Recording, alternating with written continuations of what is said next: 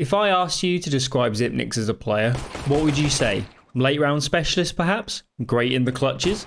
Maybe you think of Device and Dupree as the star players, where they get all the space and Xyp9x he's left picking up the scraps. But when boiling it down, many would simply say that Xyp9x is a support player. But what does this actually mean, and is this an accurate description of the Dane's role on Astralis?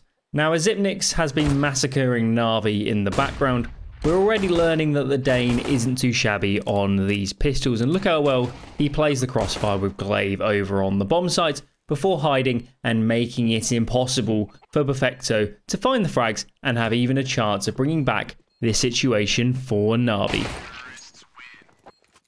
So on Inferno, Xyp9x's job on most rounds is to clear out the apartment, and when Astralis go for those A site hits, often you'll find the Dane being the sole player coming out of apps and applying another kind of direction of pressure.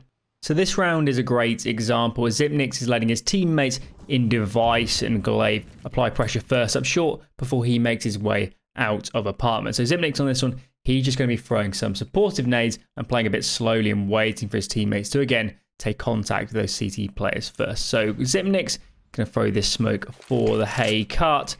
This one just cuts up all those angles from the site and graveyard onto apps and all that. Once it pops, he's going to make his way out, throw these flashes into pit. They're nice flashes because they don't white his teammates. So by the time Xyp9x actually makes it out of apps, he's in a 1-on-4 situation. He does find these first 2 frags rather quickly, but with time running so low, he has to move quickly, look for those frags. He does find Nico, but he didn't expect Nexa to be playing up on the hay cart. It's a great attempt regardless, and as always, the Dane comes alive in these late round scenarios. So does Xyp9x always play it slow in apps and let his teammates go in first? Well, no. It all depends on the call and the situation at play. So again, the Dane is clearing out apps, but on this occasion, the call is going to be to explode with 3 players coming out of apartments, and there's going to be no players coming up short for Astralis on this occasion. So Xyp9x can line up that smoke again. Door frame, line that one up with the middle of the window shutters there. Aim on the grey break on the arch, give that one a throw. It's a good smoke, you guys should definitely use it yourselves, but on this occasion, G2, they throw that counter molly, and Astralis, they're going to have to wait this one out. So as the molly fades, they commit to their execute. Xyp9x molly onto pit. As the flashes come over, he's the one entry fragging. He's the one coming out of the balcony first, and jumping his way over, he's making loads and loads of space. As he comes down, bit of a lucky spam at the traces through the smoke before he gets traded out by Kenny S over there on the bomb site. So Xyp9x here, he only went 1 for 1, but he did his job perfectly. He got out first, he made loads of space, and he diverted the attention of those CT players away from holding the balcony and into looking at the ground, and enables his teammates like Device to come out of apps whilst the CT players, they're repositioning. Look at Kenny S, he's moving around, and Device here, he gets the trade. So where players regularly go on the T side of a map like Inferno is fairly nailed down. But whether they are the entry fragger or somebody just playing it slow on the sides, all depends on the call, and it's extremely important at the top level for all 5 players on a team to be adaptable. Now, if any map doesn't have nailed down roles, it's Dust2. And on these dusty streets, much of how a team plays is determined by the spawns. And in this case, Xyp9x doesn't have the best spawn for long, so he throws the flashes for his teammates and comes in later to back them up. Meanwhile, when Xyp9x has the best long spawn, he is fully prepared to go in first. Flashing off the doors and turning all those CT flashes, he gets a mega entry onto Twist. Now, long control on Dust2 is a great counterexample to turn any nailed down notions of Xyp9x's role on its head. Roles whilst taking long control have nothing to do with who the star player is or who is better at throwing those supporting nades. If you have the best spawn, you are going in first. So if you were to average out every execute from Astralis, most of the time Xyp9x will be throwing some nades and coming into the site later on. Now this round is a perfect case in point, and normally some combination of Glaive, Magis and Dupree will be heading up the train. So Astralis, they're executing here onto B. Xyp9x, he's throwing some supportive flashes, and after throwing those, he's forced to smoke onto this molly so he can get ahead and join his teammates. Now from here, Xyp9x, bit of a lucky spam, but it's a super important frag and helps them finally clear out the bomb site. So why would you want Xyp9x throwing the nades and coming in later? Well, it's a fairly simple answer. If he comes in later, there's more chance he'll be alive for the afterplant where he shines the most.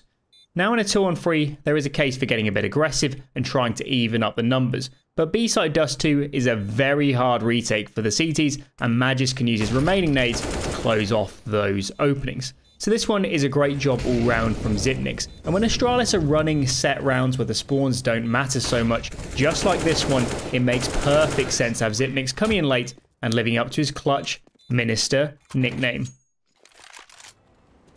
Jumping on to Overpass, Xyp9x has the exhilarating job of holding for pushes on the B side of the map whilst his teammates are taking map control elsewhere, such as on this round, or this round, or maybe this round, or this round, this round, this round, and oh yeah, on this round. But sometimes salvation arrives in the form of a B-site focused call from Glaive, as on this one Astralis are going for an early explosion out of monsters. So Xyp9x throwing that early B-short default molly, and after this CT molly in the pipe fades, he's going to throw the entry flash and commit out with his teammates from this monster area. Now as they start to come in, loads of nades come off from either team, and as all these flashes start to pop, basically everyone apart from Xyp9x in this situation gets whited by at least one flash. So in this situation, they know that Perfecto is playing behind the smoke here on the barrels. And here with all these players flashed, Xyp9x feels like he needs to be the one taking initiative and pushing his way up onto the bomb site and becoming the entry fragger. And moving his way onto the site, gets the kill onto Perfecto and clears out the backwater area and sets himself up for the afterplant. Now in CS, plans never survive first contact, and on this one the plan was for Dupree and Magus to push up and onto the site. But with everything going on, they were slowed down, and Xyp9x took the great initiative to speed up and finish clearing out the bomb site before those CT rotates could come in. So now we've seen an example of tweaking a plan on the fly. What about when the plan gets thrown completely out of the window? And this round is actually the same call as in the previous clip coming out from Glaive, as to go for an explosion out of monster. But unfortunately, Complexity were in a really strong setup, and if it wasn't for Xyp9x finding these trades, it would have been round over for Astralis. Jumping forward, the Danes have switched up the site, and we find the two remaining Astralis players in an afterplant scenario over on A, and they're playing a really nice two-man setup with the default plant down. So Glaive's on low health, so Xyp9x is trying to take the fights first. Gets that first kill playing a bit of an off angle, and even though he goes down here, he stays alive just long enough where Glaive, he can avoid Blame F, and even though Glaive is going to go down here, there's not enough time remaining to defuse. As yet again, we see another good reason for having Xyp9x coming in later on the executes, since the Dane is great at dealing with quickly changing situations, and of course he plays perfectly in these afterplants. So back in 2014, perhaps Xyp9x was a traditional support player who took on all the lesser desired roles and helped enable the stars like Device and Dupree to shine even more so. Yet, 6 years on, and with the game advancing so far, support players in this traditional sense are a relic of the past.